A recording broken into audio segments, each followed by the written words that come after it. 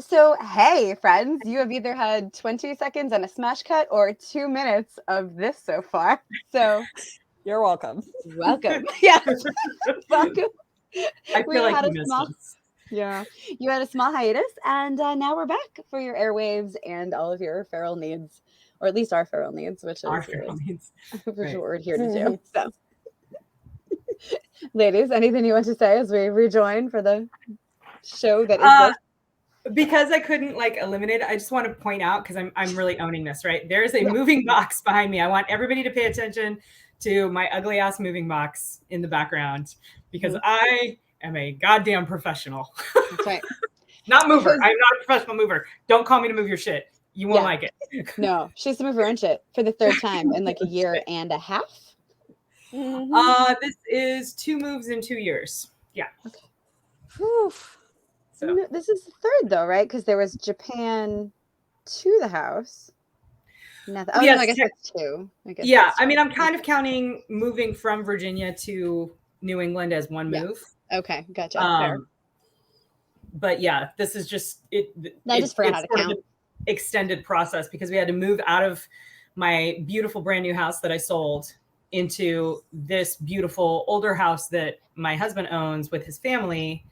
And we are staying here. We stayed here for a couple of months while I finished working, and which happened last night. And yes, thank you so much. Thank you so much. And then on Saturday we drive north to move to New England. Woo! Start a whole it's exciting. Chapter. Yes, it is exciting. It is, you guys. I'm excited. There's a lot. There's so much to be grateful for, and I'm really trying to lean into that instead of leaning into there's so many boxes to unpack. So much work. So much work. But it's going to be good, because this is going to be an awesome move for our family. We're going to be up north. My husband's got this amazing job opportunity, and I think he's really going to like it. The team that he's going to be working with seems really cool, and I think it's going to be good for him, not just professionally, but also just socially. He'll make a bunch of new friends that are awesome, and who couldn't use more awesome new friends? So, right. Yeah. And we got a pretty cool house that we're closing on next week. And I'm going to take, so here's my plan in case I know none of you care, but here you go. I care. We care. Thanks for caring. Let's be clear. The plan is I'm going to take basically a full week and just concentrate on unpacking what is going on in my hair. And just concentrate on unpacking, right? And kind of balls to the wall, put shit away. Mm-hmm. And then on the 9th, which will be the following Monday, I'm hoping to be enough unpacked that I can start in with okay, this is our regular homeschool. These are my regular writing hours. These are my regular housekeeping hours, during which time I will finish putting shit away. You know what I mean? Mm-hmm. Routines. Yeah, absolutely. Nice. Fingers crossed. But yeah, that's really the name of the game is establishing new routines for myself and for my family to get us set up. Because it's a little wild, when you consider that my husband and I are fully switching roles. For the entirety of our marriage, I've been the primary breadwinner, and I mean, he's always brought money in, because of his, he's got income from his VA disability from his injuries, but and then also his GI Bill money and stuff. But he always worked. He was always a stay-at-home dad, because that was the structure that was going to work best for our family, with being in the military and moving around and all that kind of stuff. And he did a great job at it. And so now I'm having to learn that, and he's, going to work and learning a new job. So it's just going to be a lot of learning in my household. Yes. All the grace. Yeah. Remember to cut yourself some slack and give yourself grace, because it is a huge shift. Because I've done that shift, and it is, give yourself some time to, get those routines going and relax. Yeah. It's gonna be great. Yeah. Thank you for those very wise words. I may need to text you and be like, Melissa, I need to hear it again. Anytime.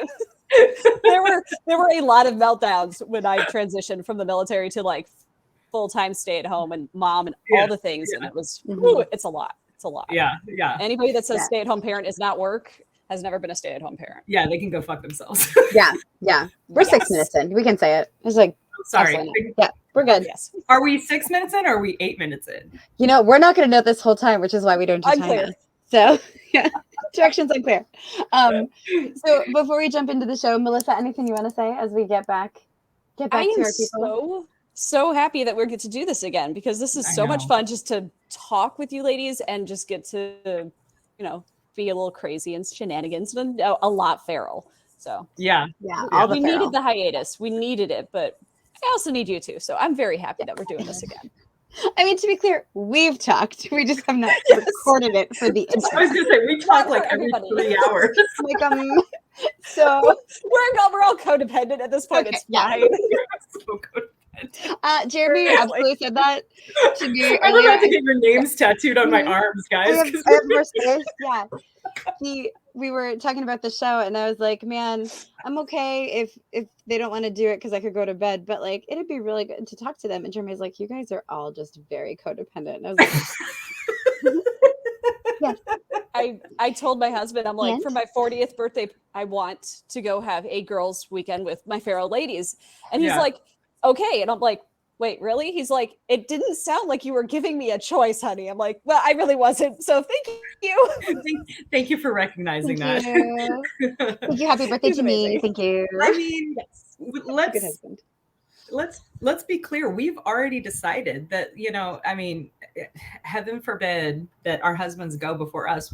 We're gonna be the Golden Girls. We are Golden Girls in this shit. Absolutely. So I've already bought a caftan. Caftan? A tent, a blousey tent that is lovely and colorful. I was gonna say, I may have picked up a moo in Hawaii last week. Okay, you can call it whatever you want. It's comfy and I'm ready. JK, I love my husband. I haven't bought a shovel, to be clear. There are no shovels. No shovels. Yeah. My tomatoes are growing in a bucket. It's nowhere you can bury anybody. It's fine. Okay. Another big yard. Fine. Don't whisper to me. He hates it so much. I don't have my microphone. Oh, so I can't be like. I'm just picturing like what comments he's gonna put on the screen for this. Oh no, I can't wait. I can't wait to see the post-production. I love it. So the reason we are making this happen while Kacey is in the midst of moving and Melissa is wrangling 2 small humans, there's a box. I don't know if you saw, but there's a moving box, literally, like it's evidence. She's in the midst. Moving. Moving. Background. Moving. Background. And I'm moving next week, but my house is on wheels, so that happens. It's fine. But it's still a thing. It's still like it's work. It's still a hassle. Not quite as much. That's going to come into play. So put a pin in that. Yeah, we'll come back. Yeah. But so Kacey and I were talking earlier this week, I don't know, about writing advice, because I was talking to another writer friend of ours. And she's like, people always say this and people always say that. And I was like, cool. And writing advice is as good as it is for you. Like it can be amazing writing advice, but it might not be great for you. And, here are ways that can go wrong. Kacey's like, here are all the ways it can go wrong. Like, I don't know, for instance, if you're moving cross continent and then cross country and then again some more for fun. So then we're like, oh, we should do Feral Ladies and we should talk about this. And talk about this. For sure. Absolutely. Yeah. And whatever else comes to mind, because again, feral. Yeah. We don't play by the rules. We don't recognize them. Yeah. Not even our own rules. Yeah. Strict. We do. I know. I'm just like, let me just hold the shirt out to you because it's fine. Sorry, guys, my boobs are crooked. No, here's what you should know. Earlier, I was sitting on the couch. I showered for you all. You're welcome. Internet people. You can't smell me, but my hair is clean. You look beautiful. And very Thank pretty. you. But I was sitting on the couch with my hair fully wrapped in a towel. And I'm wearing pajama pants. But I was like, why? I can just go to bed after this show, right? No. Then I was like, wait, but why am I still wearing a bra? Oh, because I have a podcast. So you're welcome. That's how I know what my evening plans are bringing. Oh, am I wearing a bra? I must be doing something on camera. I don't know. There's a reason. Why can't I take this off yet? Why am I still wearing this at nighttime? The sun is down. There should be no bras. But freedom. Freedom. slightly related to writing advice. I don't know. Anyway, Yeah. Kacey, this was your brilliant idea. Do you want to introduce it slightly Sure. better than I did? Yeah. Great. So, okay. So let's talk about bichok. Okay. I don't know if that's how I like to pronounce it. It might be bichok. It's Bichok, right? It's button chair, hands on keyboard, which is in fact excellent advice because unless you're writing longhand or dictating, that's the only way that you're going to get words is putting the button in the chair and the hands elves on. don't write it for you. Yeah, the elves don't. Well, I mean, we could talk about AI in a different show, but yeah, the elves don't write it for you. Bad elves. No.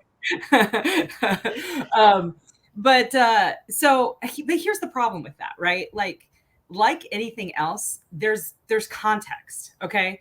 If you are sitting your butt in a chair and putting your hands on a keyboard and you're just chained there and no words are flowing, you don't feel that creative spark. You've got to pee, you're hungry, you've got a headache, people are screaming in the background, like small children. Small children, right? You know, dogs like trying to crawl up on you because they're codependent as hell. Yeah, Marisa, I might have targeted that. Probably not about me. It's fine. You know, I mean, there are a million things that button chair, hands on keyboard kind of doesn't take into account, right? Yeah.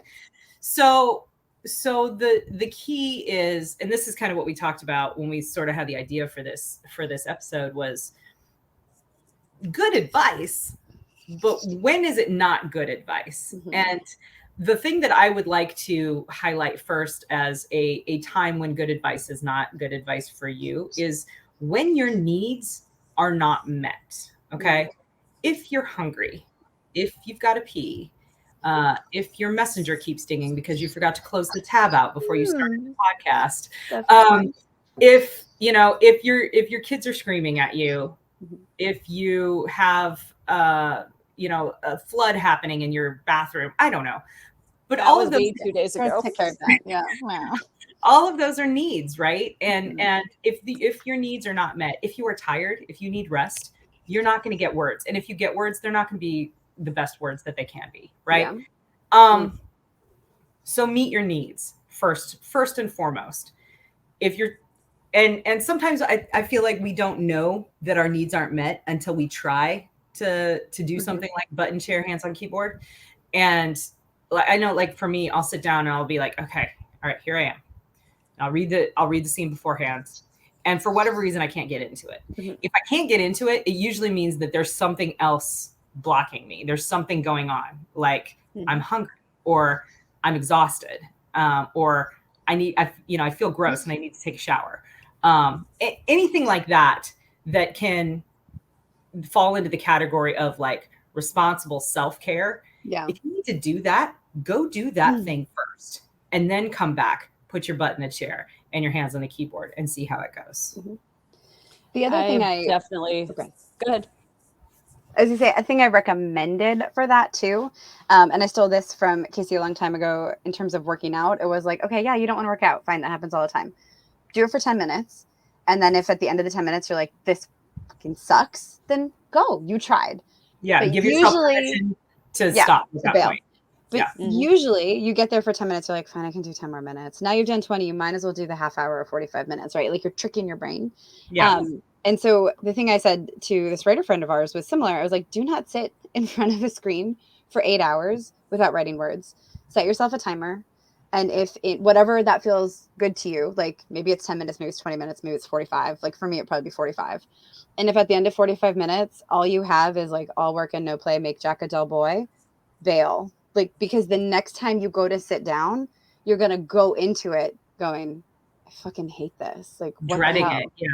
And we do this because, yes, we want to make money, but we do this for fun or because we love it or because telling the story is really fun or because the characters won't shut the F up in our brains or because a friend of ours is constantly messaging saying, where is my novel about these people? Please. Hello. I would like to read that. Where's the rest of and where is my Griffin novel? And where are those things that,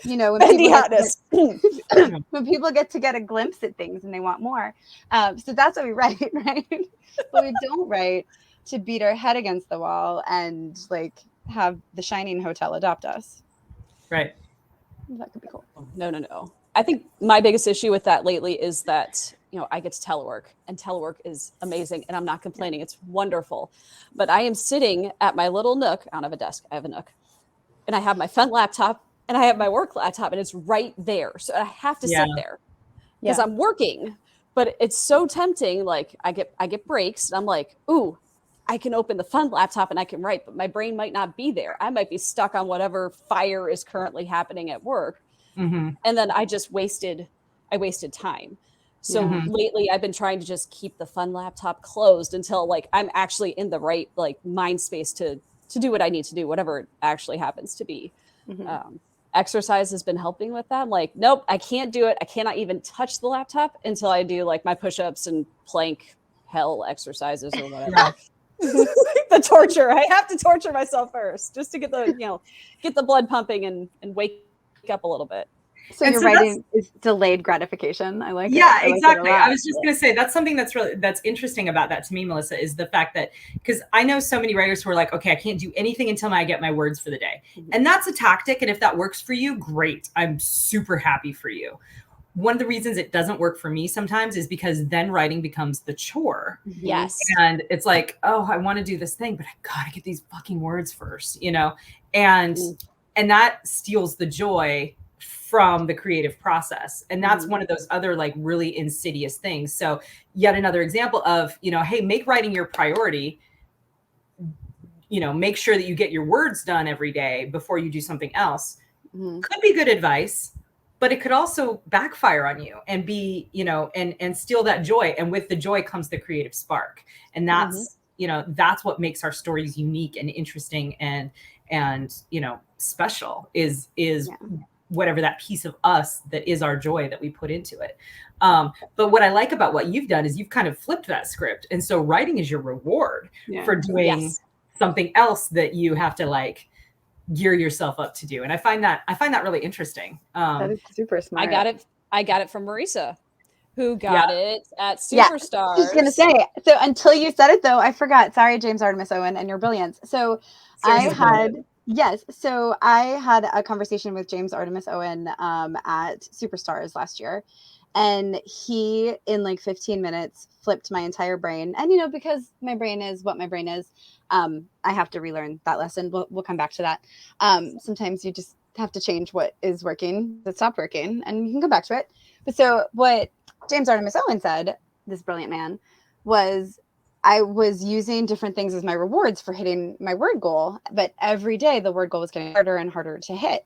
And one of my friends said, well, what's your reward? And I was like, oh, I'm going to read this comic book that I've been waiting for forever. And I own it. And I'm so excited and I can't wait. And she was like, read the comic book. He's like, no, that's my reward. She's like, read it. And so he did. And it was this book that he had been wanting to read forever. And it gave him all of this energy and all of this excitement. And he was like, and then guess what I did? I rode that excitement, blasted my word count to pieces. He's like, do the thing that gives you energy so that when you're writing, you're already in that space. And then you remind your brain, I do this because I love it, not because I have to. And it made a difference. Like I finished a draft of a book. Like it made a huge difference. So now it's two things. It's like, do the thing that gives you energy or like builds your delayed gratification. But I also have rewards. So there are some books, like a certain pirate book, is my reward for finishing this next short story that I have to do. It's just on my Kindle mocking me. But because I know it is, it's like keeping me motivated to get towards it. But every day I'm like, oh, I'm going to go for a walk first. I'm going to go outside. I'm going to see birds and really large spiders because of where we are. And then they're so big. It's spider season here. It's that's a different feral. This is not my fun feral. But it is like, get the energy, take that with you. Your readers are going to be able to enjoy that too. Like, because it's going to be a much more exciting. Yeah. Oh, like you can tell when the author is enjoying what they're doing versus like when it feels like pulling teeth. Yeah. I've reread stuff during, the editing process. I'm like, oh yeah, I remember when I was writing this. It sucked. I hated it. Yeah. I can tell. Got to fix that. Yeah, the grind. The grind comes through. It does for sure. Yeah. You know. And sometimes I don't know. I feel like sometimes it's like, okay, yeah, I know this is grindy. I just got to get through it so I can get to the, you know, the fun parts, and then I'll go back and fix it in post, and that's fine. That's a yeah. That's a valid strategy too. But it's much the drafting process, the writing process, even the editing process, I would argue, is more fun if it's fun. Yeah, if you're having fun. I don't know. If you're looking forward to what you're doing, like yeah, right. If you're about it, like yes. if you're taking enjoyment from the action rather than dreading it, and if it's more fun, you're gonna do better. Like you're you know, your skills are gonna be better. So so I think that, you know, that's kind of the bottom line too. I love that you brought up exercise as well, Risa, because that's something. So that's an area where I have lately I've been totally neglecting myself with regard to exercise, just because I've had, you know, some stuff, all the things, work schedules going on, and moving and going on vacations, and which admittedly, you know, I'm not complaining about any of that, but it's been very difficult for me to have a consistent workout routine, right? Yeah. Which is one of the things I'm looking forward to about my new job as a, you know, housewife and full-time mom and homeschool mom, is like we were talking about, the ability to set routines to include a workout routine, because I have found for myself that if I meet my needs, if I'm taking care of my physical body, my emotional health, my spiritual health, my social health, all of those things, if I'm doing those things, then whatever I'm putting out into the world, whether it be, you know, flying a helicopter or homeschooling my kid or writing a book, it's going to be better quality because I'm in better shape, right? You know, I at the risk of sounding like what I am, you know, the human weapon system needs maintenance, just like every other weapon system in the history of. Sounding like what I am. You're welcome. That was amazing. But yeah, so again, you know, meet your needs, including exercise. And if you don't like working out, cool.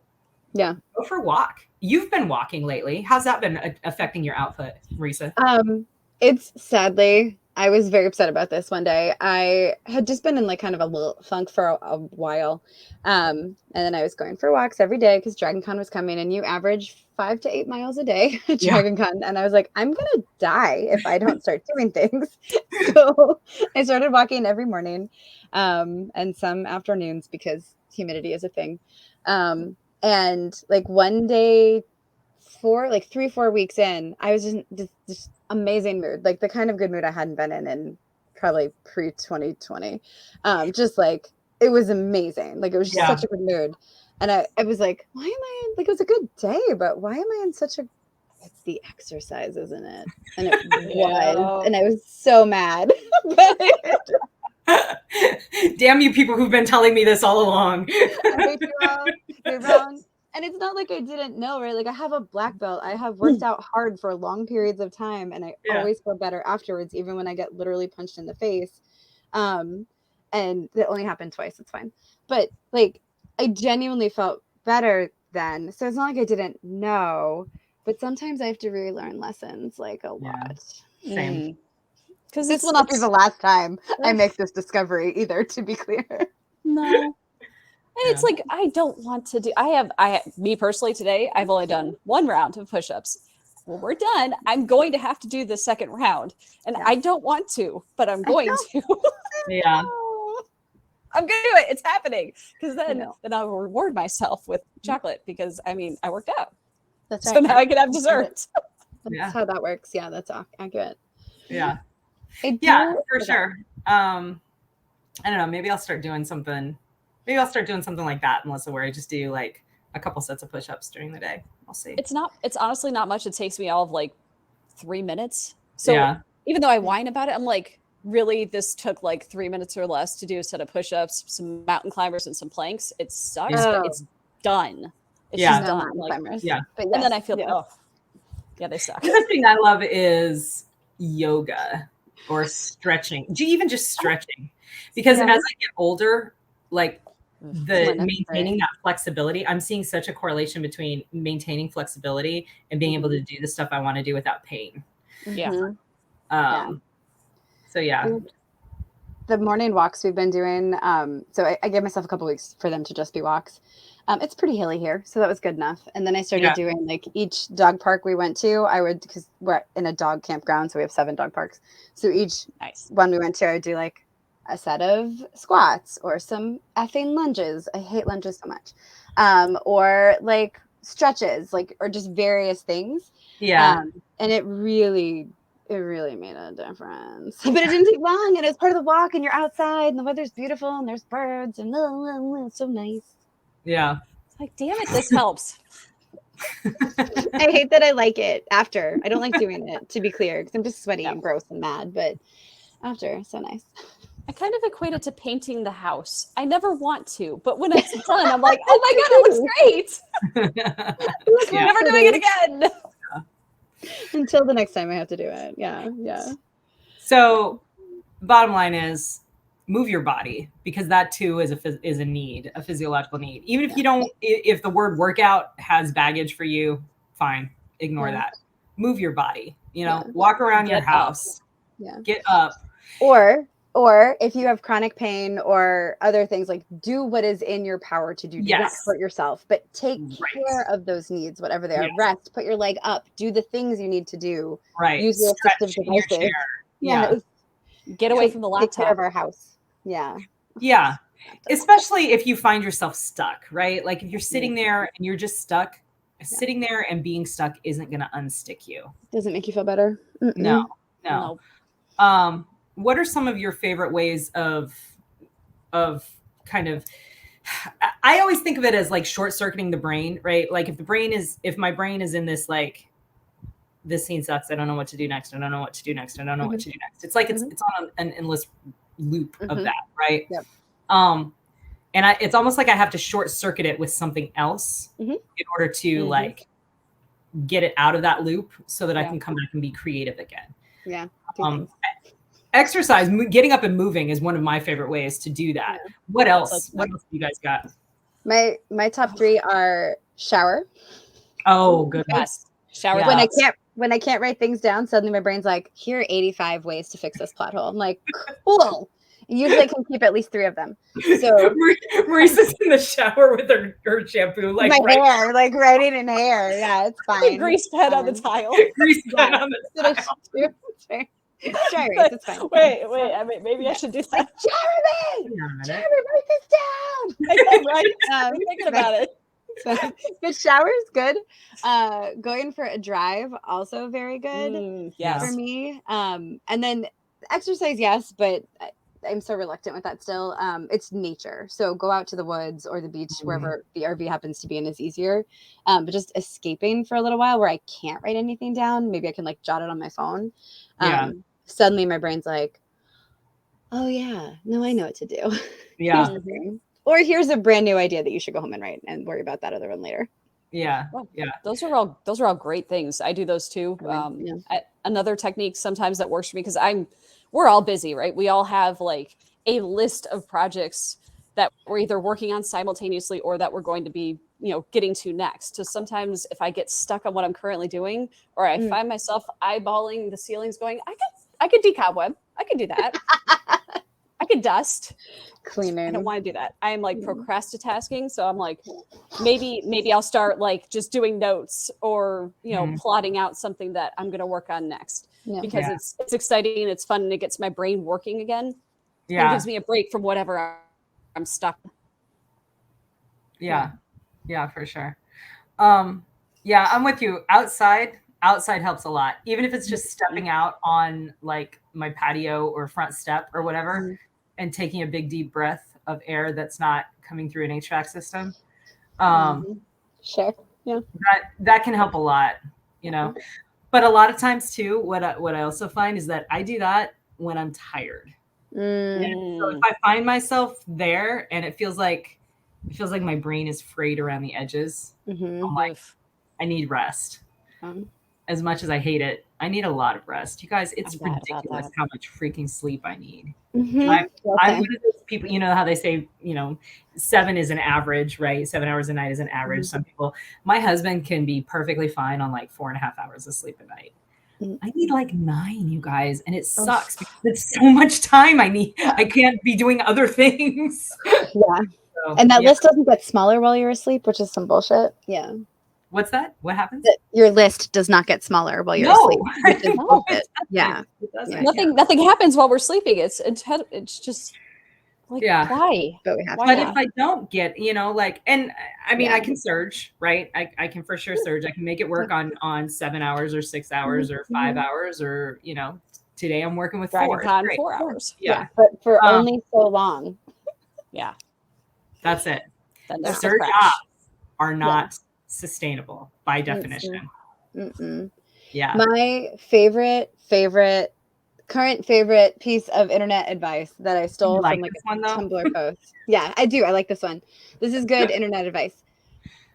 If you did your best all the time, it wouldn't be your best. It would be Ooh, your I average. saw that one. Mhm. I saw that one. That's You a good can't do one. your best all the time. You do your average, and your average is pretty damn good. Do your fucking average, and sometimes you can surge and do your best. But if Mhm. you're doing your best all the time, it's not your best. It's literally not Right. your best. Right. And here's the other thing too. Like if you want to increase your best, you can. Yep. You absolutely can. Surging Or is your not average. If you want to Yeah, Practice. sorry. If you want to if you want to increase your best, you have to increase your average. Yes, right? both. Yes. And yes. if you want to increase your average, you can do that, but you can't do it by surging, by forcing yourself to surge, because all that is trying to sustain a surge leads to burnout. No good. Hi. Yeah.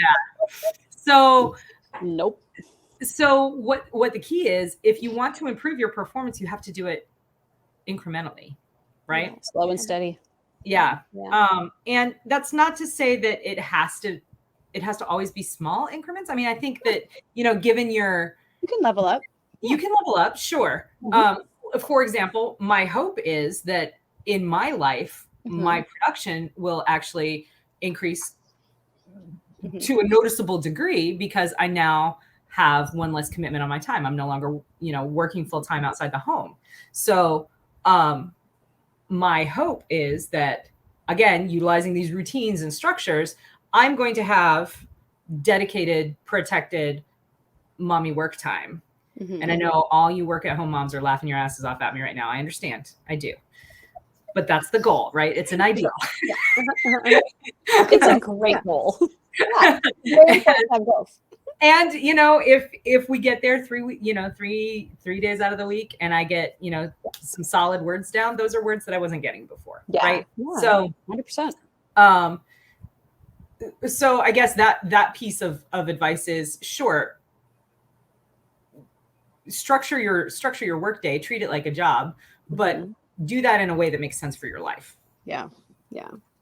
Okay. I would also recommend, I want to go back to the incremental growth and the grow and structure piece, but Yeah. another thing when you're stuck, or to give you energy, or just to help you build, is surround yourself with people who support that.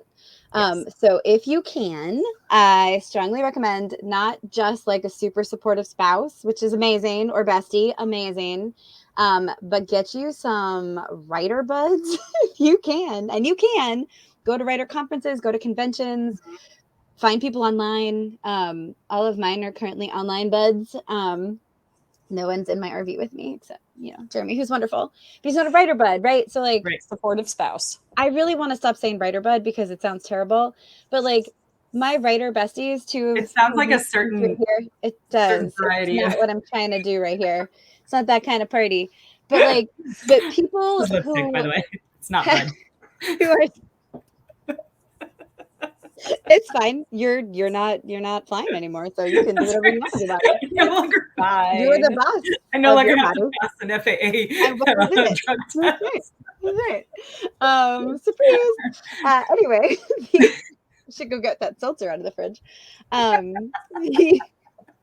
But for real. Find you some writing friends who are, whether they're at the same point of their career as you or not, doesn't doesn't matter at all. Like if they're close, awesome. If they're ahead, amazing. If they're behind, fantastic. Like, but people who are supportive and truly believe the rising tide lifts all boats, like this is not a competition. Because one, the level of energy I get after a call with one of these two yahoos, like I can, yeah. So she's also a yahoo. These are my yahoos. I am also a yahoo, it turns out. But like that energy is no joke. And that ability to help problem solve, even if I'm just saying something out loud and I solve it myself because of the like energy on the call, that is invaluable. Like, and the things I have put in books in brackets, like cool shit will go here. Kacey's experienced this firsthand in books we've written together. Melissa has experienced this firsthand. And I'm like, thank you for alpha reading my book. By alpha read my book, I mean, here are some words strung together with brackets where other words will go. And guess where I got that technique from? What should go in those brackets? I'm all ears. Yeah. I mean, if anything occurs to you of like cool shit goes here, what that cool shit is, you let me know and I'll work on it. I am receptive. I have ears and I would like them to hear your words. Yeah, but finding people who can like meet your energy, that you can talk to about these things when you get really stuck. You might solve the problem yourself. They might help you solve the problem. It's probably going to be a mix. But holy buckets, talk about helping you level up. Yeah. It's amazing. One of my favorite like memes that was created by one of my friends was Casey Morse. He's also a writer, friend of all three of us, is the one that he has. It's like the same pose as in Ocean's 11 or whatever, where it's Ocean's 11. Where it's George Clooney and Brad Pitt, and Brad Pitt's like laying on the thing. He's not saying anything. And George Clooney's like, do we need another guy? I think we need another guy. I'm gonna get another guy. Casey made this amazing meme, and if we can get it to Jeremy and he can flash up on the screen. Right, yeah. I've got it. Yeah. But it's I don't know if that's a thing he could do, but whatever. But it's Melissa's living on the bar. I think it's in Casey's house, actually. It was at Fantasy. Okay. And she's laying on the bar, and he's like, do I need to do another scene? Should I do another scene? Or should I rewrite the scene? I'm going to rewrite the scene. It's so great. Because that is us.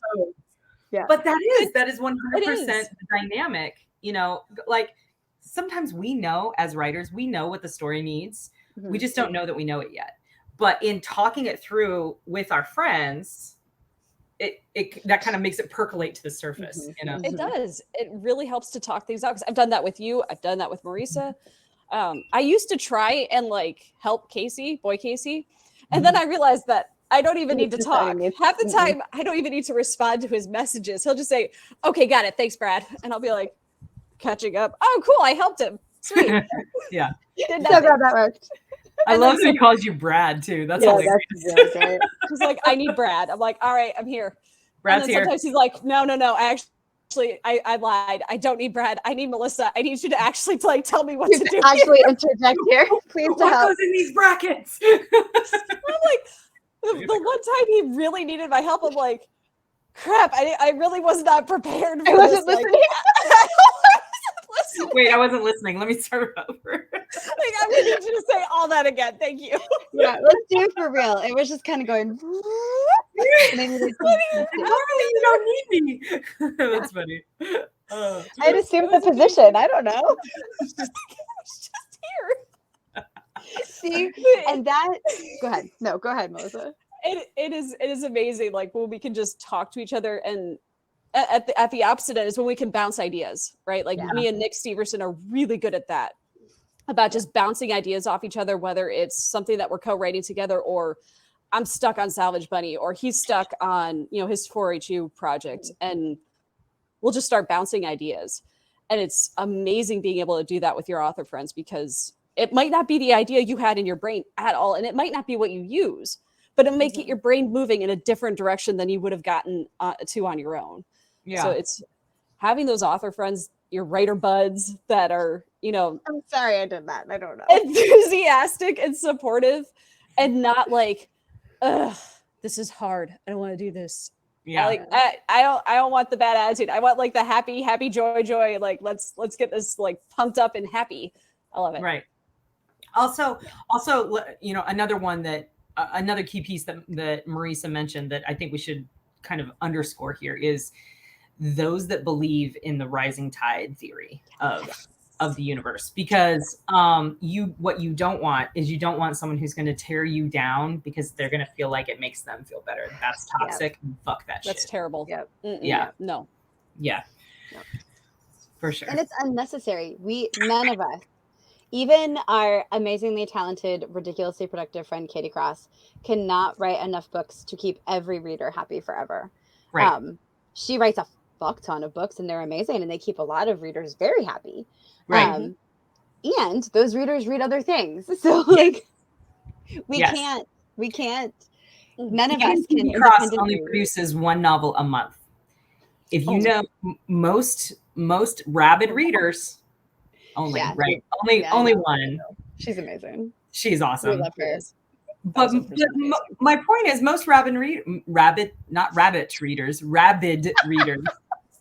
will read a book in about a day, right? Yeah.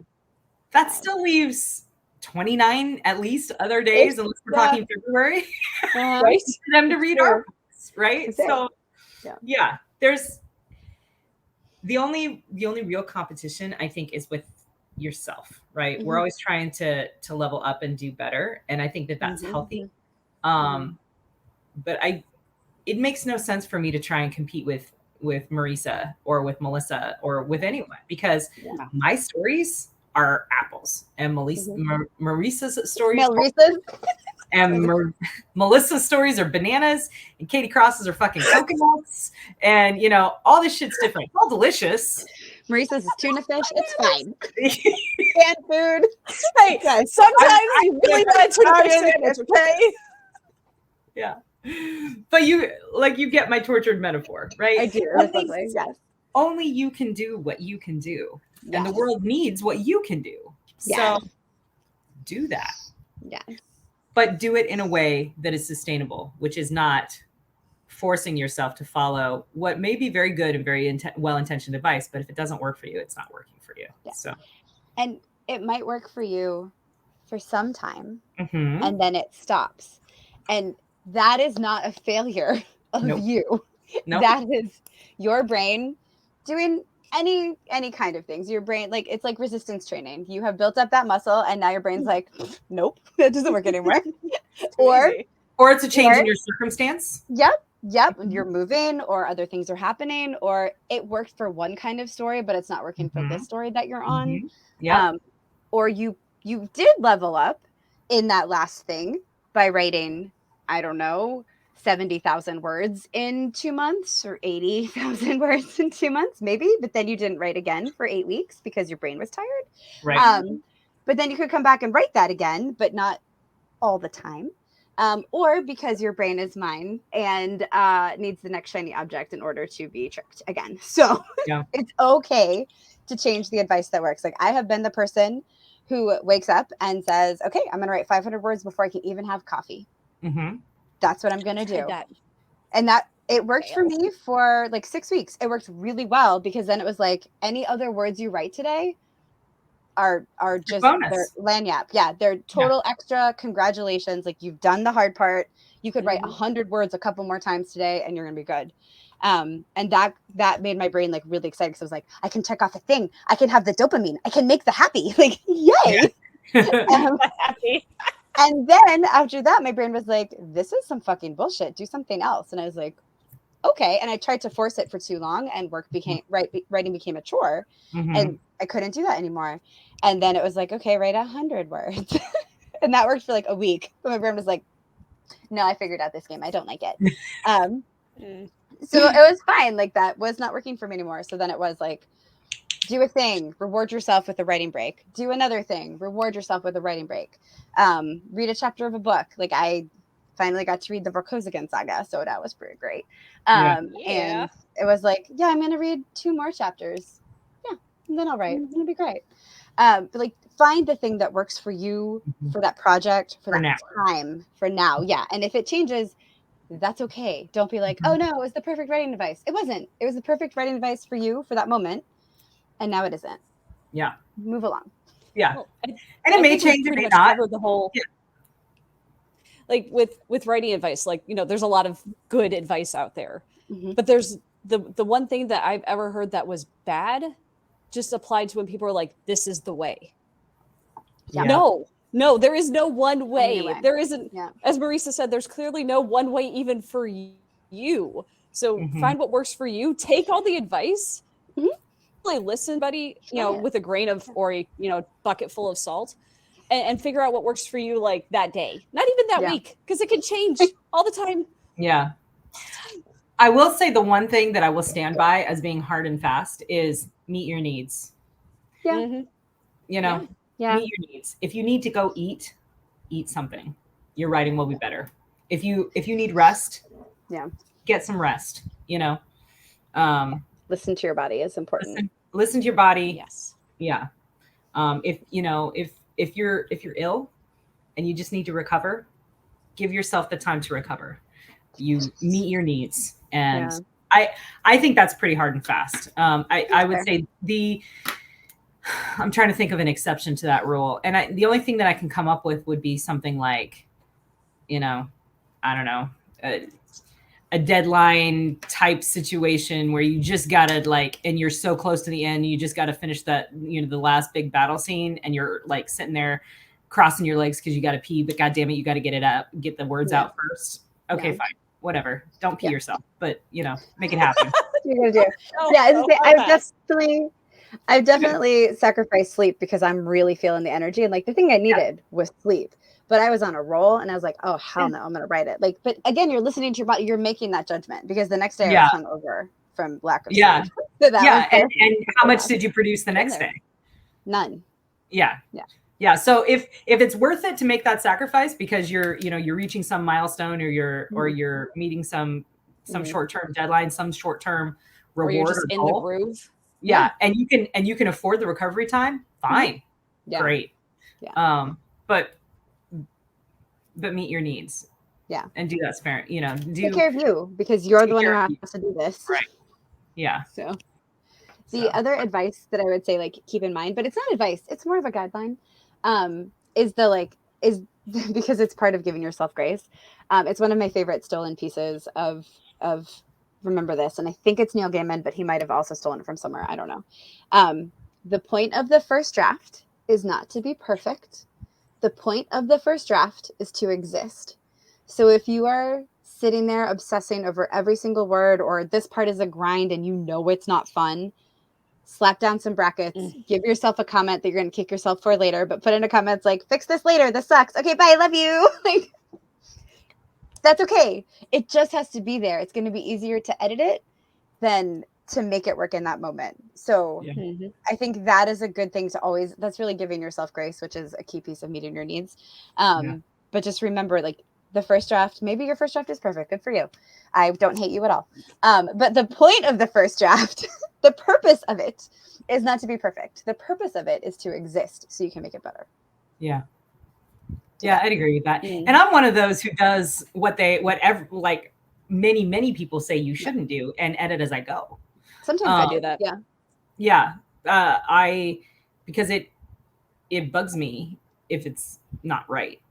You know, like I feel for me, in my process, in my brain, as I'm going along, if something isn't correct or doesn't flow properly, or it's not the right word or whatever, it acts like a roadblock, and it holds up the energy of continuing the creative process. So I am like, I type and I backspace, and I type and I backspace, and I type and I backspace, and I type and I backspace, and then I hit return and do a new paragraph, and it's on and on and on and on and on and on. And I also, oftentimes, when I'm sitting down to do a writing session, I'll do what Mona Lisa Foster calls cycling, where she'll read what she wrote the last time and edit it. Rolling edits. And get back into it that way. So she'll read what she did, she'll edit it, and then that'll put her back in the headspace of the story and keep going. So that's another great example of very particular writing advice that works really, really well for some people. But I know some people who are like, nope, I cannot edit. I have just got to word vomit it out and get it out there, because the point of a first draft is to exist. And then I go back and then I fix it. And that's great. Nick seems to be kind of leaning that way, Melissa, based on my experience writing with you. Right. And that's great. I mean, he produces great stuff. Yeah. But it's interesting when you're trying to co-write with someone and you both have those different processes where it's like, no, we need to fix this. He's like, no, we're past that. Yeah. We'll come back to it at the end. So I'm like, I gotta fix it. And he's like, just write it. I have to fix it in order for me to know what happens next. So I do think there's a difference there too. But like, one, it's what works for you. Like that is the underlying piece of everything. And let's come back to the co-writing in 1 second. Because we should do a whole different episode on co-writing. You know what? Yes, we'll come back to that in more than 1 second. We will see you in November. Or December, who knows? Time does with the honorary feral lady, maybe as a guest. Maybe, yes. I might have messaged one of them about that. But so I find like if I am just stuck and I cannot move forward in the story because the word is wrong and I throw it in brackets so I know I will find it again, then suddenly I'm like, okay, and I can keep going. I do that with names a lot. Yeah, I do that with names a lot. But or like who I'm going to kill in a battle because I don't always know right away. I get later, I'm like, oh yeah, we'll come back to this. But if it's like a plot point, I can't. Like if it's just like cool battle goes here, totally, that's fine. But if it's like I don't know what happens, like I have to at least know how like they get out of it. Like I have to know something. If it's like critical to the story can't go on. But if it's critical to the story, but I can finesse, like anyway, brackets free me from that like stuck place. But I do edit. Like my drafts tend to be fairly clean, minus the brackets. I do love those brackets. I love them so much. That I think was something I stole from Kacey in co-writing because I was stuck on something and she was like, put it in a fucking bracket and come back to it. It's really, I love it. Oh yeah, it is. It's very freeing.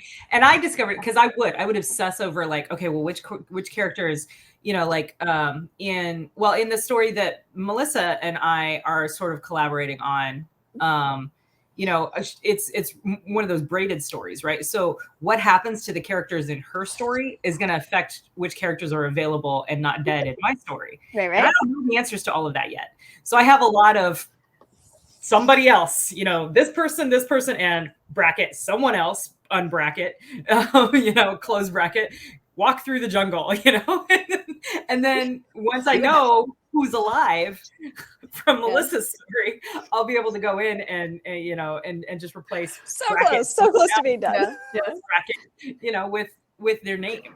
Or if I just can't remember who it is. Because I would get stuck and then I'd have to go back and read and be like, okay, where was that scene that mentioned this one random throwaway character, and it would eat up my time.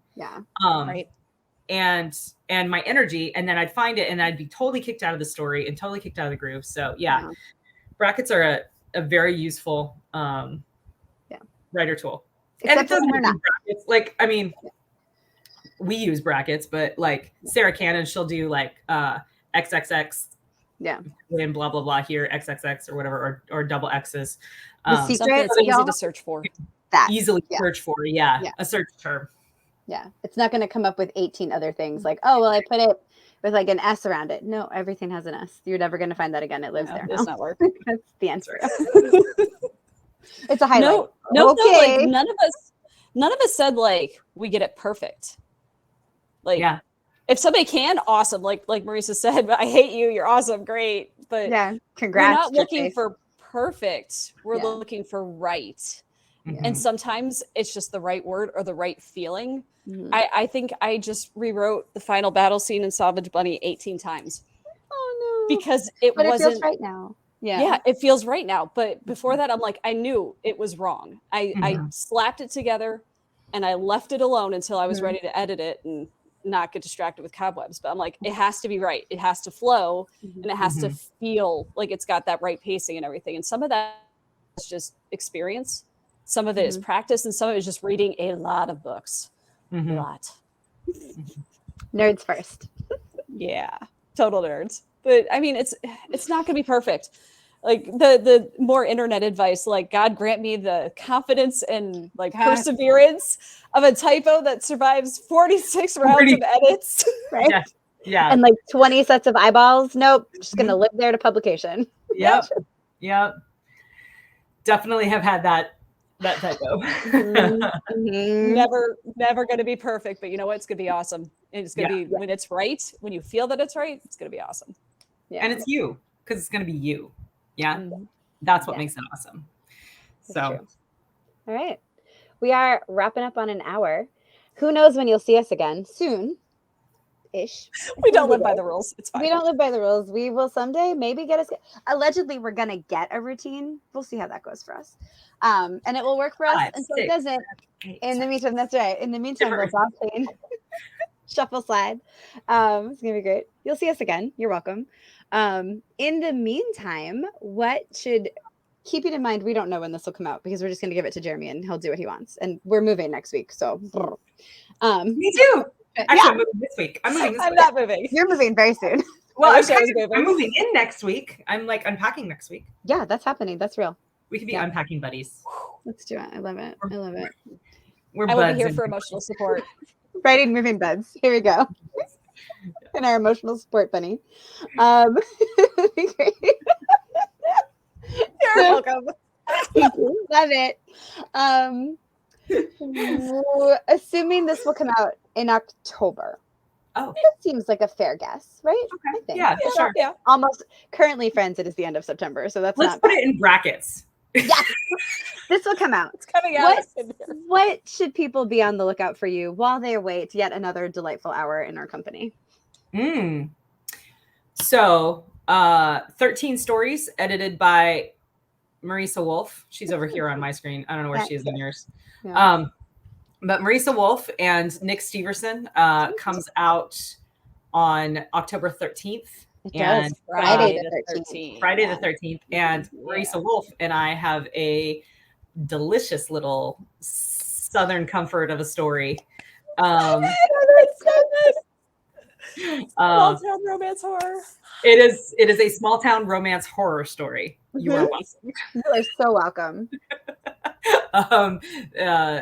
So that is the next thing that I have coming out. In addition to that, at the beginning of 2024, Down These Mean Streets, which also has a story by Marisa Wolf. You guys might be noticing a theme about my career. It involves a lot of Marisa Wolf. I just follow her. It's fine. I love it so much. Down These Mean Streets comes out, I think January. I think it's still on the schedule for January. It might be February now. Of 2024. So if you like noir, detective, fiction type stories, set in cities, featuring, the setting of the city as character, etc. Check that out. I think you'll really love it. We've got some awesome stories by some awesome authors. Larry's back for it. Laurel K. Hamilton's back for it. I'm in it. Reese is in it. Casey Moores is in it. It's amazing. Yeah. Who else? I did read that one. It is really good. Bob Buettner's got another story in it. It's so good. So good. So Steve Diamond's got one. Yeah. He's in the horror anthology too. He is. He's a horror writer. Everybody watching this who watches Writer Dojo needs to take a drink right now. You're welcome. So yeah, there you go. That's me. That's what's coming up for me. I love it. Melissa, what you want to add?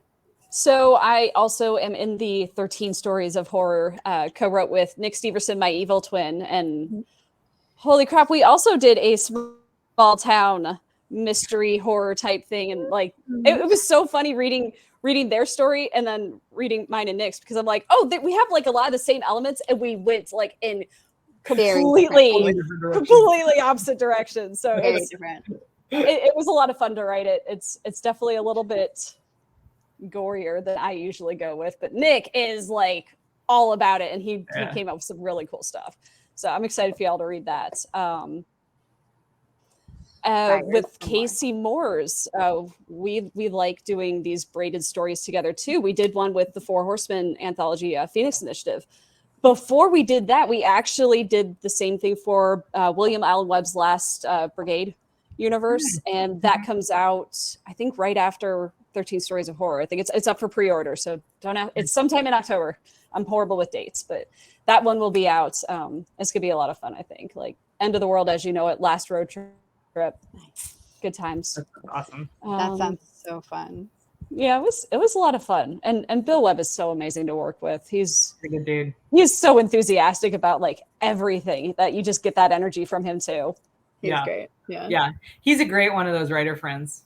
He is. Yeah. He's my God, enthusiastic. He's supportive. Like he's amazing. Great advice. Yeah. He's really good. Outside of that, Salvage Bunny. Yeah. Salvage Bunny. I got 20 pages left to edit, so you might be getting that tomorrow, Marisa. Oh, fuck yes. Okay. So hopefully that will be depending. It all depends on CKP's release schedule and how long it takes Space Dad, aka Kevin Steverson, to read through it. So sure. Maybe early 2024. We'll see. Nice. Love it. Yeah. One other anthology that Kacey and I have coming out. So just 13 stories of horror. You should probably get it. The apartment building on the cover has 13 floors. That's the joke. You got this. See if you can identify all the horror elements in the apartment. So check that out. So much fun. We also have a story from Declan Finn, DJ Butler. I mean, we've got some horror folks in there, and then some folks who just had a lot of fun with horror because we love it. Or wanted to give you romance horror. You're welcome. So another anthology Kacey and I are in because we wrote a story together again. It's called All Will Burn. Oh yeah. And I don't know when that's coming out. I think that's also October 13th.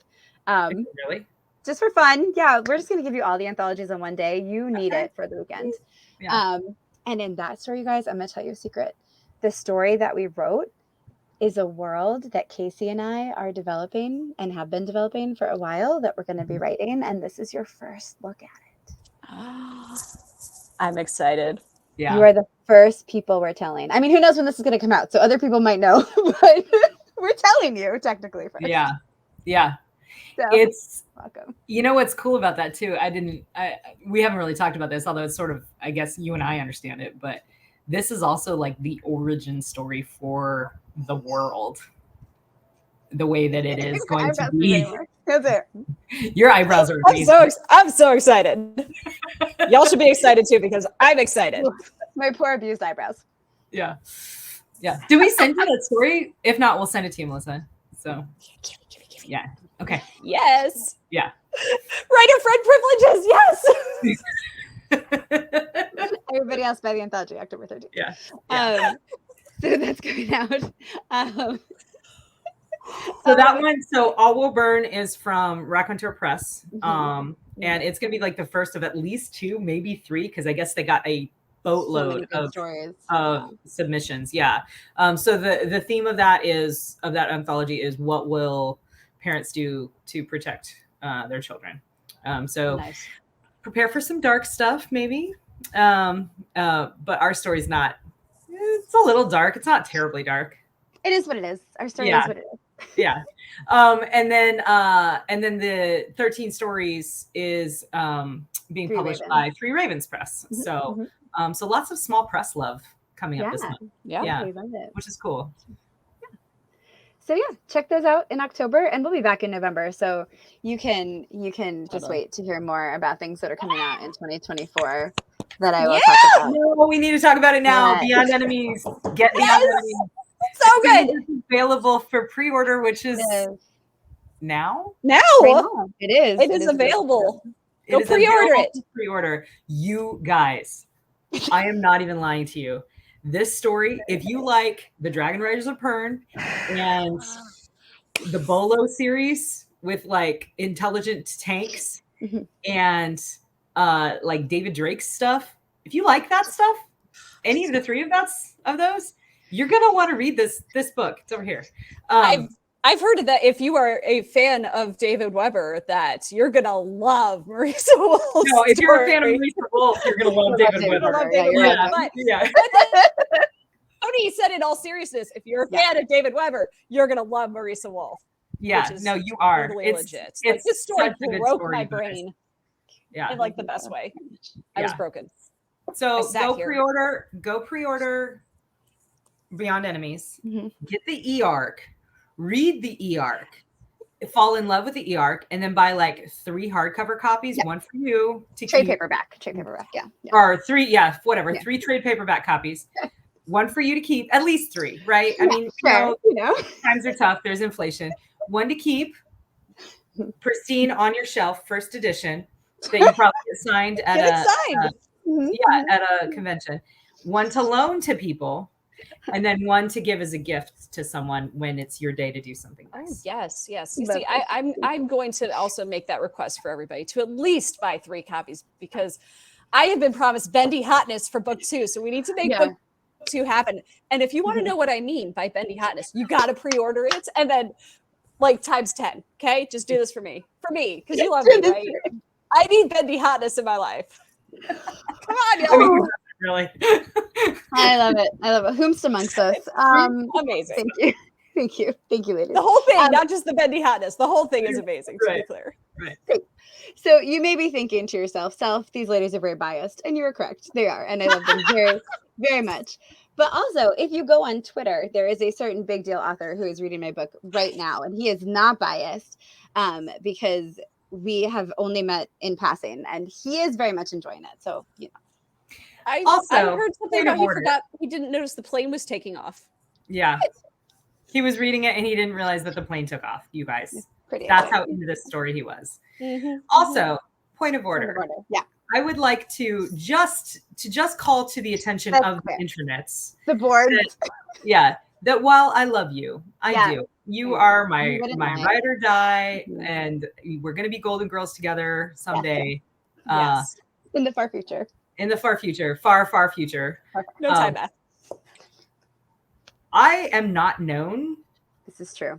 For not saying, or for saying things I don't think. Yes. Or don't believe. Yes. And I think and believe in the core of my soul that you're a fucking superstar. And this book is amazing. And legions of military science fiction fans are going to get their first taste of you. And all you're going to hear about for the next 35 fucking years is, when's the next Bee and Talon book coming out? Team Breezy for the win. Yeah. When's the next Breezyverse book coming out? Thank you. I love you. We are biased. She is right. I'm calling it. It's a guess and. Yes. Also, yes, we're also book nerds, right? At heart. Yes. Right. Yep. And I'm blunt as hell, and I don't say things I don't mean. So. That's true. That is 100% true. So if you were saying that to yourself, these are biased ladies. Yes, and also honest. So there you go. You're welcome. And if you need further verification, my husband witnessed me sitting in my chair for 10 minutes while he is making dinner by himself because I was too broken to get up. This happened. It was witnessed, and there is camera footage of it. So it's amazing. Just buy the damn book and we'll leave you alone. I promise. Let me read it. You got 5 more months of this. You're welcome. Sorry. Thank you. It is what it is. Yeah. All right. Oh my gosh. I love it. I love you. I love all of you watching. Thank you for joining us and our ferality. Yeah, I love it. You should come see us. Rumor has it 2 of the 3 and hopefully 3 of the 3 of us will be at MarsCon in January. Yeah. So you should probably, cross your fingers that 3 of the 3 and then come see us. MarsCon in Virginia, just to be clear. I think there's another one somewhere. There's MarCon too. There's MarCon, but I think anyway. Virginia Beach, Virginia, January 2024. Yeah. You should come see us. We're delightful. We're even more somehow delightful in person. You're welcome. Than here. Although once Jeremy gets done with this video, who knows? Maybe this is as delightful as we got. Watch this and be like, why? Why are you like this? Yeah. We love you. Yeah. Love you, God husband. I cherish our friendship. That's it. I mean, he heard 1/3 of it because I am not quiet and we live in a camper. So he heard my part. Now he gets to watch the whole beautiful, amazing show. Round of applause. I see the Jeremy. We love him. Thank goodness he exists. Okay, but for real, it's 1 hour and 10 minutes or 1 hour and 8 minutes. We don't know. You know the answers. We do not know the answers. We don't know. May the force be with you. I don't know. We need a sign off for this. It's probably not that one, but Are we growling or something? Isn't there a roar? Didn't we do that? I don't know. We did I think we something. did it at the beginning because of the intro that you're The intro. Yeah. That Put intro in the is correct. comments what you think our sign off should be. Give us some good feral suggestions. Maybe we should just all hold F-bombs and like throw them at the screen. I don't know. Mine's packed away. Imagine I'm holding it. Imaginary This is for the F-bombs. future. This isn't for now. This Right. is not for now. Right. You can just yell fuck. That's your F-bomb. That's I'll right. just lift my boobs so you can read. Feral. Yes. You're welcome. Maybe that's all we do. Just at the end, we're just like, that's what we do. What? Here we are. Okay, bye. We love you. I'm gonna hit end recording now. Bye. Bye. That's too bye.